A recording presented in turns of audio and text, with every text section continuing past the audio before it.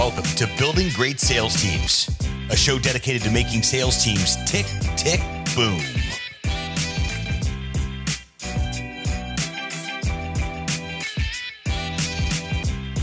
Great sales teams are not recruited, they are built, block by block. Let's get to work.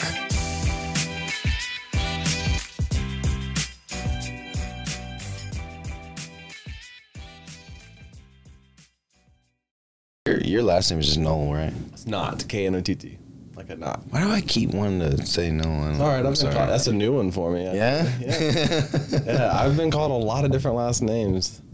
It's been like Canute, Knott, Nut. I'm dead serious. Like, I've had some funny ones. That's got to be the most annoying one is Nut. Yeah. Where's the U? You're good. It's close. I have no idea. All right, guys, we got Brent Knott on the podcast here.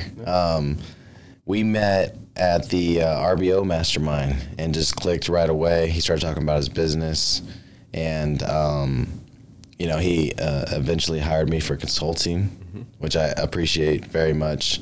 I don't know if you know this, but you were only my third client at that point, and I had been doing it for a while for free, and then Mike Claudio gave me a hard time, so he gave me a hard time, so I actually made a business out of it. But anyways, I wanted you on the podcast because you're in a stage that a lot of entrepreneurs are in right now, and I wanted to make sure we told that story. You know what I'm saying? And I'm very excited about having you on because you're one of the rare people that actually listen to what Trevor and Kale with the RBO Mastermind are talking about, and everything that's going on in Entourage to get to entrepreneurs, you know what I mean? And a lot of people come to these masterminds, come to these events, and just, get all hype, get all motivated, say they're going to do a bunch of stuff, and then they go home and they are right back operating in their business again, installing reps themselves and stuff like that, you know what I mean? So, pleasure to have you on the show. Why don't we just kick it off with a quick introduction from yourself, and then kind of tell us what got you into entrepreneurship. Yeah, so my name is Brent Knott, and I kind of fell into entrepreneurship by accident. So essentially I was working for a guy. I was doing drifting in 13 states. And the guy I was working for, he had a lot of opportunity. He was in the grassroots sector. There was nothing like it. And we were this close to getting a couple A-listers like Monster Energy or NOS or whomever. And then once you get a good sponsor, nobody wants to be first. Gotcha. So that was my job, was doing the events. But when I wasn't doing the events, I was trying to sell sponsorships. When you say drifting, are you talking about the car drifting? Yes, we did car shows and drifting and autocross. Were you a driver? I was not a driver. Oh, okay. I always wanted to, but I was broke. Gotcha. That's a very expensive sport. Really? Oh, because the tires, right? It's incredibly expensive, yes. Yeah. And so the guy just really didn't hold himself accountable to certain things. He was living life in a way that I wouldn't live it. Yeah. And so I'm not going to bash him publicly because a lot of people know who that is. But I basically looked at my wife one day. I was like, this guy would screw us over in a heartbeat. Yeah. Why should we stay here? Yeah. Let's just leave.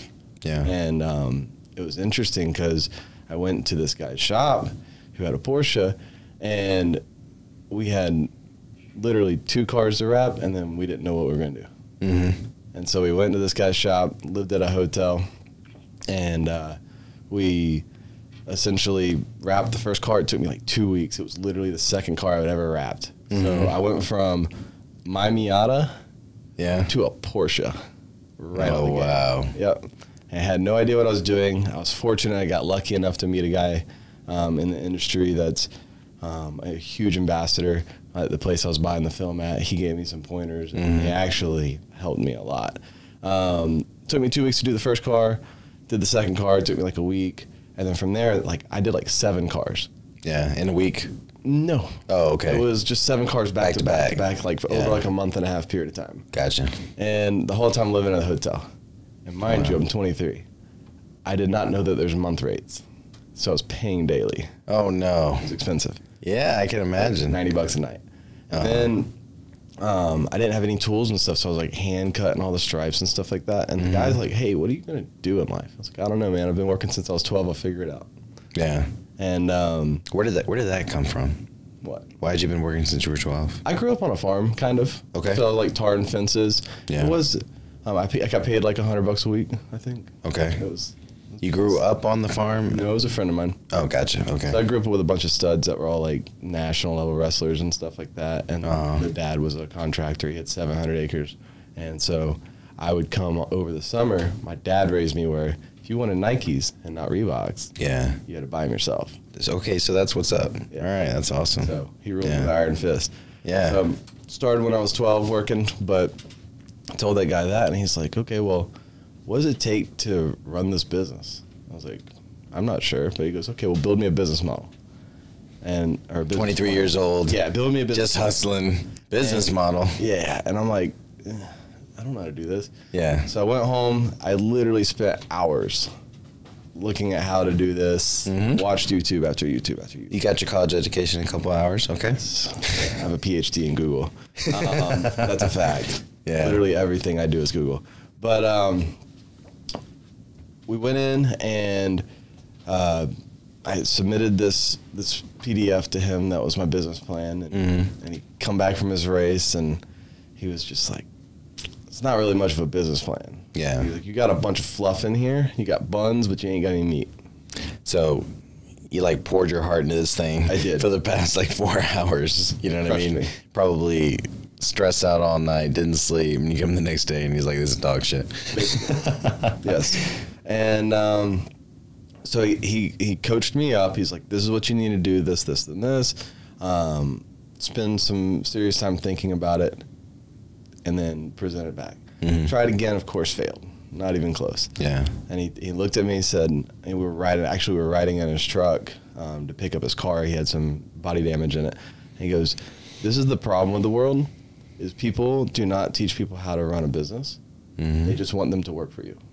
Absolutely. And so everybody wants worker bees. They don't build anybody up. Right. And so we sat down at his desk once we get done with that trip, and he's like, "What do you feel that my money is to your sweat?"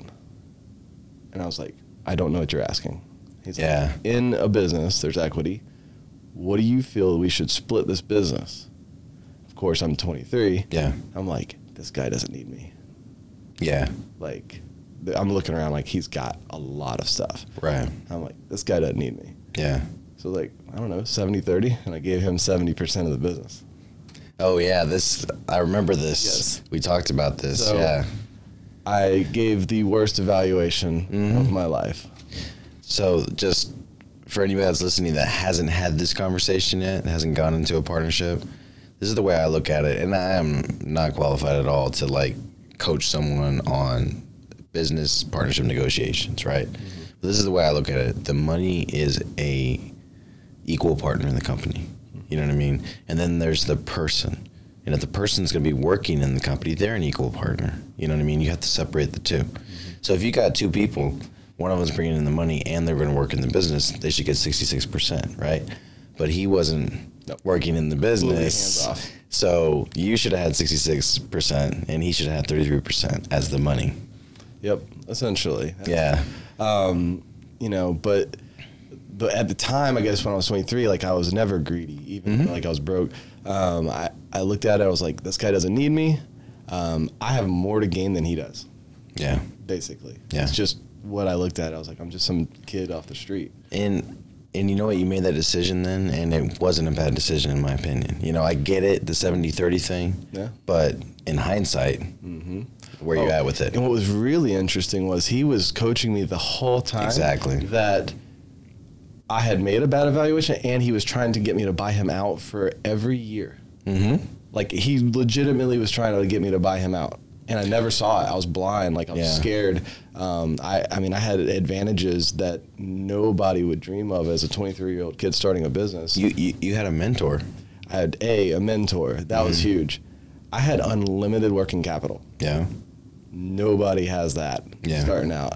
No, every time I went back to my ex-partner for money, because I fucked up a lot. You know what I mean? Every time I went back to him for money, he took more of the company. You know what I mean?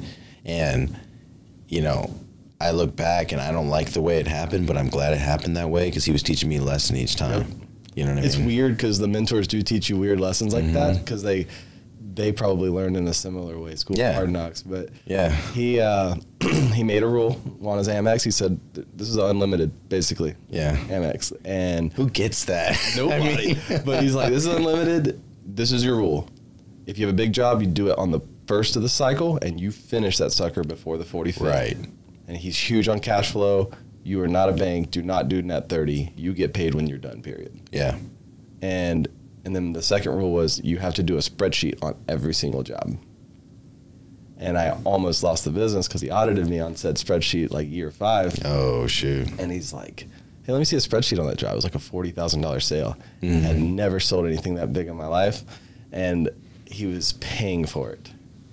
He was donating it to the Tea Party of Jacksonville. It was a huge bus rap and stuff. Wow. And so he looked at me and he's like, if you are not going to do the things that we're coaching you on and mentoring you, he's like, this is more than Harvard level stuff. Yeah. Like, this is real. Like, this got me to places I never thought fathomable because I did these fundamental things. If you're not going to do this, then I'm wasting my time, and I can dissolve this business right now and you can start over. Reality check. Gary. Yeah. Got you by the cojones. He does that very well. Yeah. So fast forward to year, I think that year he tried to get me to buy him out for like, we were doing okay, but we were always profitable.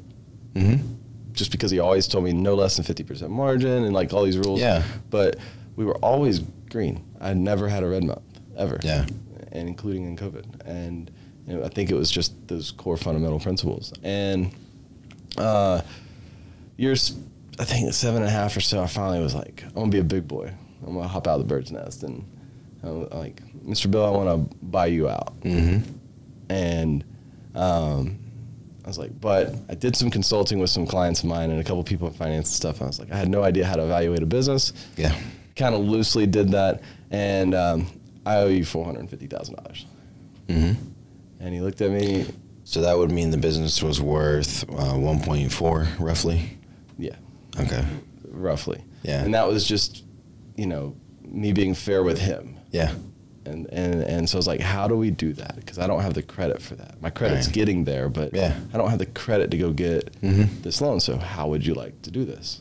And I would like to pay you. Yeah. And he looked at me and he said, just give me $25. You made me plenty of money. Wow. Yeah. And he said, this will change your life. And so he just made me make one promise that if I ever had the opportunity to do the same for my people, that I would do the same for my people. Absolutely. You got to pay it forward. Yep. Man, that's crazy. I just, I bought out my partner last year and it cost me $500,000. Very similar. And, yeah, I don't see him doing that, man. No, most people would never. I mean, it's that's amazing. It's straight up a quote unquote Oprah story. I mean, it's a, you know, it's actually become a big fiber in my being where like my new location I just started, the guy that's running that location, his wife looked at me and said, this sounds too good to be true. And it wasn't, his version of that story is not even close to as nice as mine. And I know mine was too good to be true. Exactly. He's truly earning this. Yeah, and once they hear that story, they see where you're coming from. They understand. You know what I mean? Yep. And then all of a sudden, you know, you may have a partner for life. You know, and so yeah, it's amazing, and it speaks volumes about the fact that you're still here because of the education and what he poured into you. You're still here doing this, right? And you know, that's so much of where we miss the boat, whether it's staff, salespeople, operations, it doesn't matter. That's so much of where we miss the boat is we don't pour into our people. We don't give them opportunity. And like you said, you know, a lot of people just want worker bees. That's not how this works, you know, at least not if you want to build something that's impactful and sustainable long term. You got to impact people and you got to give them opportunities and let them take them. You know what I mean? And you know, he definitely gave you, led you to water, and you drank that some bitch. I'm like a camel, man. I drink it up. All right, so let's talk about your business like 6 months ago. Yep. Where were you at as far as your responsibilities in the business? Basically buried. 100%. And so even then, like I think the E-Myth said it's more of like a throttle. Back, or no, it was the author of E-Myth discussing the book with somebody at a dinner. Okay. On a podcast or something like this. And he was discussing it, and he's like, how do you do that? He goes, well, it's not a completely off thing. Like, you don't just off the gas and no longer be in whatever position you're in. So it was more like I tried to put like a KPI on it where I don't want to be in the back, but maybe 25% of the time. And if I can do that, then it's an indicator that we're doing something right. Right. You move the needle in the right direction. So what were some of the first decisions you made to get you? And what we always say is we want you operating out of the business instead of in the business, right? Right. So you're able to see the 40,000-foot view versus the 100-foot view. You know what I mean? What was the first step you took towards that? First step was hiring more people. Okay. 100%. So like I built a basis. I basically put what I felt was a safe number in the bank. Worked it till that point, and then from that point I was like, okay, I need to make like 3 hires immediately because I was doing too much. That basis, was it the salaries for 1 year for 3 hires? Was that your thought behind it? It wasn't quite that much. Or like just 3 months? I usually try to keep like 3 months worth of fluff in the bank account at all times. Okay. Yeah, and that's usually the rule of thumb. I had to essentially increase it naturally just because my expenses were going to go way up. Yeah. So I had to earn my way to the new basis. What was your first hire of those 3? Installer. Very specifically, my brother who was working AT&T, and he was a line guy, made very good money, but it was all overtime hours, all of it. Oh yeah, that's just how they make their money. Yeah. And my dad's an AT&T guy, and you know they're hard workers, and they have great retirements and great benefits and stuff like that. But really, it's all overtime. Yeah. So that extra 20 hours a week they're taking from their family. You know what I mean? And like we operate off of 40, right? Is the standard. But when you look at the hours in a day, and you're getting what 16 hours, and you know you're spending 10 of them at your job, and you're only getting 6 with the family. That's rough. Yep.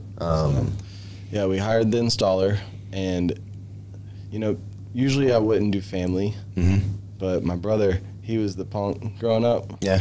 And it was like, my mom's like, if we could just get him through school without getting him in trouble, like, we'd be good. Like, like he was that personality. Like, I would have to, he'd pick a fight on the bus, and I'd have to beat that person up. And then when we got home, I'd have to beat him up for me having to beat that person up. It was just a vicious cycle.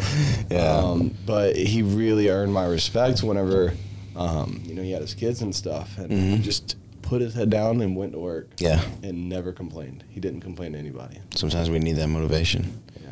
Okay, so second hire. Second hire was my admin. That's been my most troublesome position because I suck at it. Yeah. And it's hard to teach something that you suck at. Well, I'm good at doing it, but I'm definitely not good at teaching it. Okay, gotcha.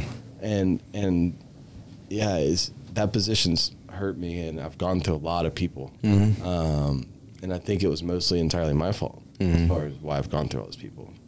And we really identified that when I hired my wife. Okay. That position. Yeah? Yeah. I bet. I heard all about it. But we finally figured out how we were going to get past that. So basically, my wife has now moved to go to school full time, which I'm super proud of her for that because it was a big step for her. Yeah. But she was able to help you transition that role. That was the goal with her coming in, was to be like a 6-month type thing. Try to build some of it out and progress through it, and then and get her out of a potentially toxic culture that she was in as far as where she was working. Yeah. And then it just, instead of going into another job, she decided to go to school. Gotcha. We now have my mom in that position. Man, you got the whole family there. No, that's not the intent ever. Yeah. But after the first RBO thing, like it's something that had been on my mind, and we did the breath work. Yeah. It just was clear, like without a doubt. I called her right after that. And that's awesome. She's a straight integrator. 100%. She's been building businesses for a couple people, and that's what she was doing at the time, was building a business from the ground up for somebody. And I was like, hey, once you complete your contract with that and you feel like you made that whole, I'd like to hire you. That's amazing. Yeah. Yeah, it's a tough thing to do. I had Alicia on for 6 months too. She was doing HR, and it actually worked really well. You know, we worked really well together, and because she turned the wife hat off when she came into the office, you know what I mean, and she was an employee, so it's rare that people's ability to do that. So that's why you don't hire family, but there's always exceptions to the rule, and you know, we work every day to be exceptional people. I think that's entirely key, though. At work, you're not family. Because me and my brother, people don't even, like, my staff will talk to him as if he's just a straight up employee, type person, not as if he's my brother. But they know they do that because you've set the example and you have integrity. You know what I mean? When you talk to him, and you're talking to him from a place of leader. Yeah. You know what I mean? And so, okay, so we met at the RBO Mastermind, and we started going through your business and everything.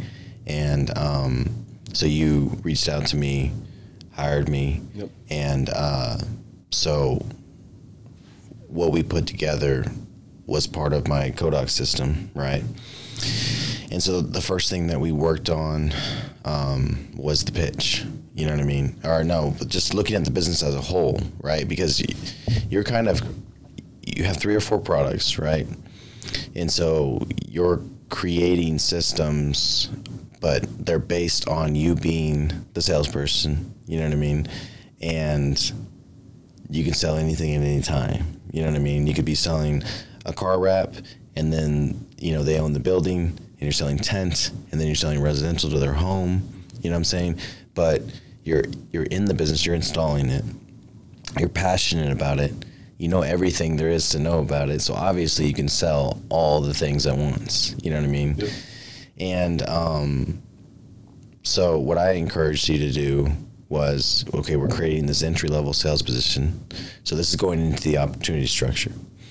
We're creating this entry-level sales position, so let's focus it on one product. And what's the product that you move the most? The wraps, right? And so that is what your team probably knows the best. That's what you guys are in every day. So that's what we need to focus on, selling the entry level. So the entry level salesperson has access to be able to sell those wraps. And they also, we talked about this, you know, I asked you, what's your highest margin product? And I believe it was a wall wrap at the time, right? And so I wanted to make sure, okay, we got the high volume, right? But we also got the high margin, and then the wall wrap is an easy sell. Yeah. You know what I mean? It's very simple, and it's creating a relationship, because the reason that we're doing the wall wrap is to put your mission statement and your core values on there. You know, and I can't remember how this came about. I think we were on a Zoom call, and you showed me yours, and I was like, oh. Yeah. This is a product, you know what I mean? We need to get this to business owners. So you're making impact, you're selling your highest margin products, and it's also an easy product to sell, right? And then you're also consulting your clients on how to lead in the business, you know? And so that's what we focused on at the entry level. And then we said, okay, 2.0 is going to be commercial. You know what I mean? It's going to be the residential tent, you know? And so that they're going to get access to that when they move up in the company, right? And so one of the things I love about you is that you're willing to create the structure before you go through it. You know, when I was 23 and took over the business, I absolutely created it as I went, you know, but you're planning it out. You've got it ahead of you. So we have 2 levels of opportunity right now. You've got your entry-level salesperson. What did we call that? account manager? I believe it was a project manager. Project manager. And then at the second level, we have a regional, right? So now when people come into your office and you talk about the opportunity, I know you had somebody in mind for that, but if that didn't work out, we wanted to have a option B. So when people come into your company and talk about the opportunity, you're able to give them an opportunity structure, able to hand it to them and say, this is what we're working off of and this is what you have to look forward to. How do you think that's going to benefit your business? I think it's going to definitely fast track it faster than typically would do, which was, like you said, build as you go. Yeah. And oh crap, I've got 3 or 4 salespeople and I'm tired of managing them and I need leadership. Yeah. And definitely trying to flip the script and be a lot smarter. Yeah. So another thing that we did with that opportunity structure is we gave them, training 1.0. You know what I mean? The very entry level training, and then at the 2.0, it's more leadership training, higher level product knowledge and stuff like that. So we're developing them along the way, right? And that's always the idea with an opportunity structure. So another thing we did was your comp plan. Yes. And so what I'm real big on is make it simple. Let's put it on one sheet. So again, when they come in for the opportunity, if they're an experienced salesperson, they understand commissions, they understand compensation, they understand what the price of the product is versus what I'm getting paid, right? And so we did a flat comp plan based on the product. And again, we only gave us an entry-level salesperson certain access, but they see the complete product line, you know what I mean? So they have something to go after, right? Right. And it's not so much carrot and stick. It's like, all right, I can sell a business owner a wrap, and then I don't have to pass them off to Brent to sell him the commercial building because I've graduated to that 2.0 position, Yep. And so another thing is really important to me to display on the comp plan is how much do I have to sell in order to make 6 figures? Because I know the mindset of every salesperson coming in is always, I want to make 6 figures. Yeah. You know what I mean? Once they hit that mark, then it's on to the next one. And it's typically not on to another money mark. It's on to a leadership position, And not everybody's great for that, but that's what everybody typically wants once they hit that $2,000 in a week check, Yeah. So I wanted to make sure that we're hitting both of those right there. So I guess going into this, what was your experience with something like that? I mean, were you heavy on comp or were you heavy on opportunity? I think I'm heavy on both. Like I guess you say my blessing and my curse is that I would always wait to hire people too late because I didn't want somebody to commit to me and me not be truly in the right spot for them to. It's hard. It's hard. You do, but what I've found out is transparency is key. And I'm incredibly transparent when we're not making sales, we're not making money. You know what I mean? And especially early on, they were all commission-only positions, But you're hiring a W-2 plus. Yes. Plus. Yeah, we're just to provide some context. If you hear the sports cars going on in the background, they're driving Lamborghinis and McLarens into Winners Row in front of Comerica Center. They call it Winners Row in front of Comerica Center because it's like they're going like up and down or something. They're racing. Yeah. It's we're at $1 Million Mastermind, Ryan Stewman's event in Frisco, Texas. And I don't think you can see with the camera angles we have right now, but we're surrounded by about 750 energy drinks. Now we got the nice ones displayed here, but there is cases of them outside of here. We've been moving them around the event all week, and just your favorite energy drink, giving people some caffeine everywhere we go. It's been interesting to say the least, and so and we're in the podcast trailer too, so it's been fun. But going back to that, so. We got your comp plan in place. Yep. We got your opportunity structure in place. And then a couple of other things that I did was put together a couple pitches for you. Yes. Now, we've had maybe 3 hours of conversation before I did all this. what I put together for you compared to how you pitch? Well, the thing that I liked the most was the bullet point approach versus the script. Because I don't know why I never even considered bullet point. It's essentially what I do. I would always consider a salesperson more of like a scripted line, but it's very robotic. Yeah. And just too square, basically.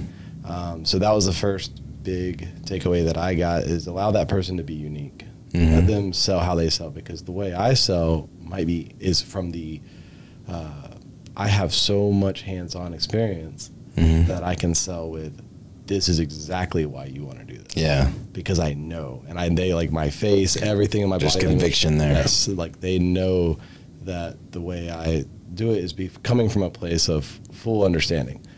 Somebody else might not have the technical side, but they might really firmly believe in the product, or they have to. Yes. Yeah. And so, as we grow, like our goal is to definitely get hands-on experience on everybody, so they do understand it and don't oversell. Right. That's the worst thing you can do. Yeah, because you don't want to overpromise on the fulfillment side. You know what I'm saying, and kind of essentially screw over your install team. And my favorite line is to the customer is essentially, I don't even care about this job. Like, I do not care about this specific job. I care about the relationship and selling you for a lifetime, regardless of what you do. It's awesome. Yeah. That's the way it should be. What I always like to say, and I got this from, and I'll give him credit again here, Ralph Ramon, he would always say, customers don't mind negatives. What they hate is negative surprises. Yes. So I had Sam Kaufman in here the other day, and he has on the level construction or in-home remodeling, and he was talking about how much they try to scare the customer in the beginning, because if they purchase, by the time that they purchase, they're 100% solidified in that purchase because they've walked them through the worst things that could happen. You know what I'm saying? Yes. And they set the expectation early on. Yes. You know, like, we're going to start in your bathroom and not your kitchen. Because if I start in your kitchen, you're going to hate me 3 weeks in. But if I start your bathroom, you're going to see this beautiful bathroom. You're going to be motivated to do the kitchen. You know what I'm saying? See the end result. Yeah. Yeah, I wouldn't want to do Absolutely. stuff in people's homes like that. That would not, yeah. Yeah, exactly. So it's awesome that you understand that, and you're just a dream client, because right away you're like, yeah, that makes complete sense. You know what I mean? And it comes from a place of understanding, because you deal with it every day with your clients. Going back to the script, where that came from, the bullet point thing. Whenever I became the owner of the company and owner financed it for my previous partner, the first thing I did was knock doors for 3 months, right? And I was going off of a script that was given to me before I started managing the business, and I was using the same script. And I just wasn't successful with it, because I was trying to say every word of every line and remember that. And your brain is trying to actively remember those words and lines. And so you're using most of it for that, instead of actually listening to the customer and receiving what they're telling you and being empathetic. You're too busy trying to remember what you're going to say next. Yeah. And depending on the objection script or the normal script. So I decided I was going to reframe this thing. I understood it was more about the purpose of the words than the words themselves, right? And so I started redoing it, and then I did it in bullet points. I knew the bullet points that I had to hit, and whatever I said to hit those came from me. Yeah. And then I could adjust those sentences based on what the customer told me. So that's a key thing, and all the sales gurus will tell you, if you're talking more than listening, you're not selling, and you want to be able to talk less because you've listened to the customer and you've qualified them perfectly. And by the time you talk, it's exactly what they need, And so the bullet points help with that. It kind of subconsciously trains the salespeople to listen more because there's less things to say. You know what I mean? And so I'm a big proponent of that, and I'm glad that you have adopted it as well. So we've got your comp plan, we've got the opportunity structure, we've got the script. Now it's setting the expectation when the salesperson comes in. and letting them know, hey, how do we do business here? How do we work here? Besides core values and mission, what does your position do every day? Right. So many sales positions, when you walk into them, it's, all right, I want you to make this many sales a week, and I want you to sell this much, 50 grand in business, 25 grand in business, whatever the case is. And they may even have an opportunity structure in place. They may have a pitch in place. But what they don't do is set the expectation on what I expect you to do every day. Right. Is it 100 phone calls? Is it 50 phone calls? Is it 6 hours of work, 7 hours of work? Is it in the field? Is it in the office? Is it prospecting for new customers? Is it working old leads? And so one of the things we're doing right now is trying to put together that opportunity structure and making sure that it is based on where you're most productive in your business and where you're most profitable. And so an opportunity structure is a few things. It's daily tasks. It's weekly tasks, monthly tasks, right? Yep. So they need to understand, what do I need to be doing every day? What do I need to be doing every week and every month? And I need to hit those marks. And then what does my actual schedule look like, right? 8 a.m. to 5 p.m., maybe it's 10 a.m. to 7 p.m., and then after that, it's minimum expectations. Yeah. And that is your minimum standard. This is what I expect for you production-wise at a minimum level. And it's typically, it should be about half of what you're doing, right? Because one, you got the experience. Yep. You're the owner of the business, so you get to say things that they don't get to say. Care more. You give a shit, you know what I'm saying?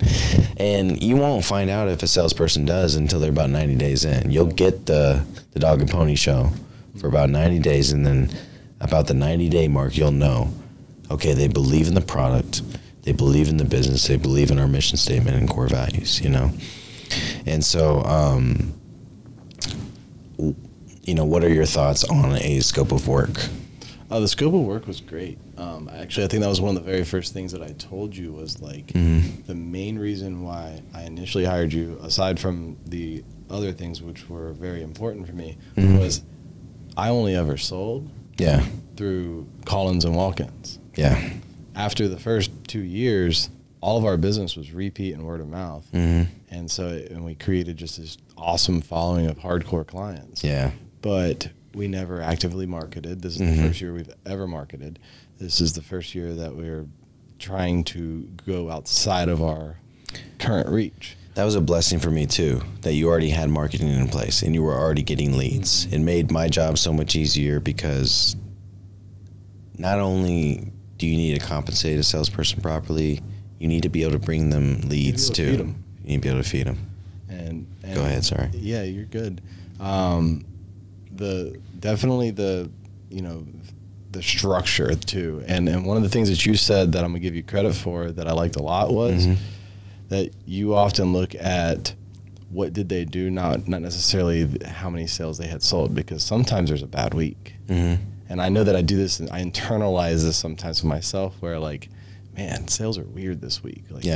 And I know that I have followed up with every single one, and as long as I know that, that's cool. But whenever you extend that to somebody else, you might be just upset. It's man, sales are bad. Yeah. What the heck are you doing? But if they can show on paper that they followed your plan and it's based on their activity, and then you can audit the activity, is there potentially a training that needs to occur? Yeah. Do we need to modify something slightly, et cetera? But instead of just blaming the sales guy for not closing, it allows you the opportunity to really have those metrics built in place, because you can't measure what you don't record. Exactly. Yeah. You can't improve what you don't measure, 100%. And so, and that's what I love about data. I'm a data freak. And so you're able to see if they're tracking their activity, and you make them responsible for their activity and not necessarily the results, right? Obviously the results are important. You're going to praise for those, but you can also praise for the activity. Yep. And sometimes it just takes another week for it to all come through, and then it hits. And when it hits, you're validated, And so, but if they're making a lot of calls and they're not having complete pitches, then it's about their approach, right? If they're having complete pitches and they're not closing a lot, it could be two things. You know, they need to work on their qualification, or they're talking to the wrong person. They're not talking to the decision maker, right? And then if they're closing, but they're getting a lot of credit fails, or they're not getting financing, or you know, the customer says yes, but the payment isn't made. Maybe they're working the wrong turf, or they're working the wrong type of clients, or the marketing's bringing them, you know, the wrong type of clients. So that's incredibly important. All right, so we're getting close on time here. What's next for Brent Nolan, Design It Wraps?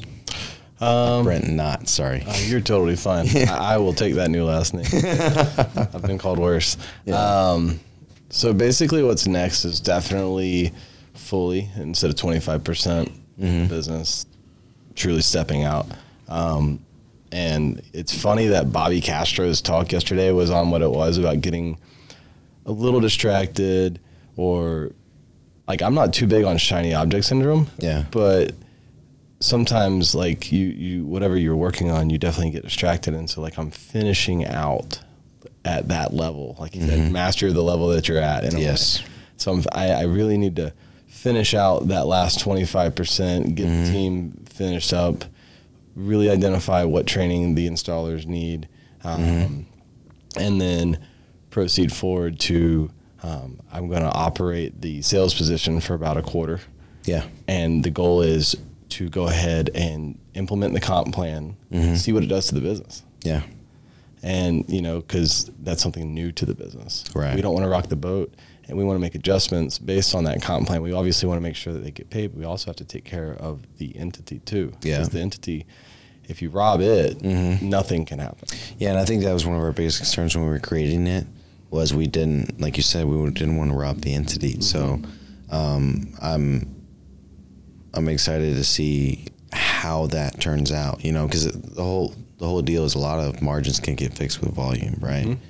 But you want to be profitable at every level. Yes. You know what I'm saying? But it also requires you taking a risk at this level to get to the next one. And so, yeah, absolutely. If I went down to, you know, probably about 150 sales on my MDU side, I wouldn't be profitable anymore. You know what I mean? If I made less than 7 to 8 sales a month on my solar side, then I wouldn't be profitable anymore. And that's kind of where you're at right now. You've got to make that decision that, hey, if I go lower than this moving forward, I may not be profitable anymore. Yeah, and so it's funny that literal chat from Castro, like it like, I'm glad I recorded it, because my mentor, I walked in, he cut his hand open with a table saw, and I was like, hey, how's the hand? And he's like, oh, it's pretty good. You know, stupid, dumb move. How's business? I was like, oh, we had another record month. He goes, what are you doing with your cash? He always hits things head on. Yeah. What are you doing with your cash? I was like, well, expenses are a little higher right now. Like, you know, because we're investing into the business and stuff. And we did the RBO and all that stuff. And he's just like, what's your percentage of labor right now? And I hesitated.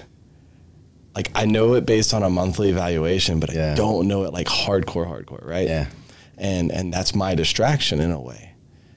He's like, you're going and you're doing all of these things, and you have a business coach and you have all this stuff, and you don't even fully want, like, he goes, I'm not saying you're doing bad, but you don't fully hardcore know your basic principles. And the numbers really fall down to even the sales metrics and stuff like that. We can't identify what the salesperson can do and if it's going to be profitable if you really don't understand your P&L. That's very true. Right? And I understand it to a average degree, but I don't understand it to the degree that, let's just say, he does, because he pulled P&Ls daily. Daily. Dang. And he looked at me and he says, do you want to be a thermometer or a thermostat? And he said, do you want to control the temperature or just want to read it? And he said, I like this guy. I need to meet him. He's hard. Like, he makes you feel really dumb, but it's all out of love and passion. He's very because when I put together the comp plan, I'm shooting in the dark pretty much, you know? And so I'm expecting you to adjust based on your numbers, you know what I'm saying? So that's incredibly The important. final stretch for me essentially is Get out of the production, truly focus on sales and a little bit of the CFO work, the not fun stuff. Yeah, it's not fun. But once you get into it, it gives you so much clarity on how to execute on your decisions. Mm-hmm. So I love your answer, first off, because I've been getting that question all weekend at MDM, and I'm like, they're asking that because I've had so much going on lately, new things, and I'm done with new things right now. I want to focus on executing on everything that we've laid out over the last year. Yep. I've gotten it all from these masterminds, and I absolutely, just like you, have gotten, a little too high in the master mining, master planning, you know what I'm saying? Time to implement. And I need to get back down into the weeds a little bit and get all my numbers dialed in, get my SOPs dialed in, get all that stuff dialed back in. Because we can get hype. We can drink from this fire hose. And that's what he said. It's all feel good stuff. Yeah, it's all feel good stuff. It doesn't do nothing for you if you don't do something. If you don't execute on it. Yeah, exactly. So I believe in that 100%. You were able to help one of my friends out in Austin, one of my rugby buddies. Yeah. You know what I mean? So you have a hell of a network. Mm-hmm. So where can people go if they want any of the products that we've been talking about today? Commercial window tent, residential window tent, car wraps, and then core value walls. Yeah. Where can they go? So our Facebook is /design it wraps and signs. Mm-hmm. My name's Brent Knott, KNOTT on Facebook. And then our Instagram is @designitrwraps. Awesome.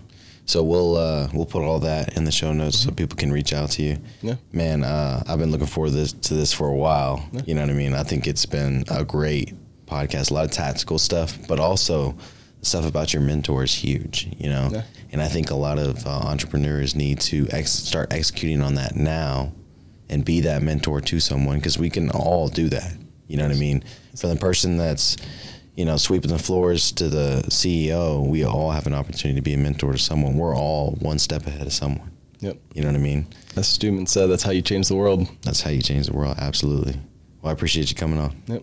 Let's get building. Yes, sir.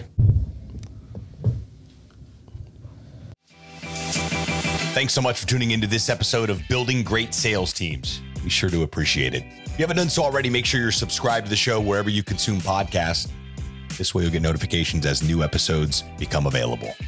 Remember, great sales teams are not recruited. They are built block by block. Until next time.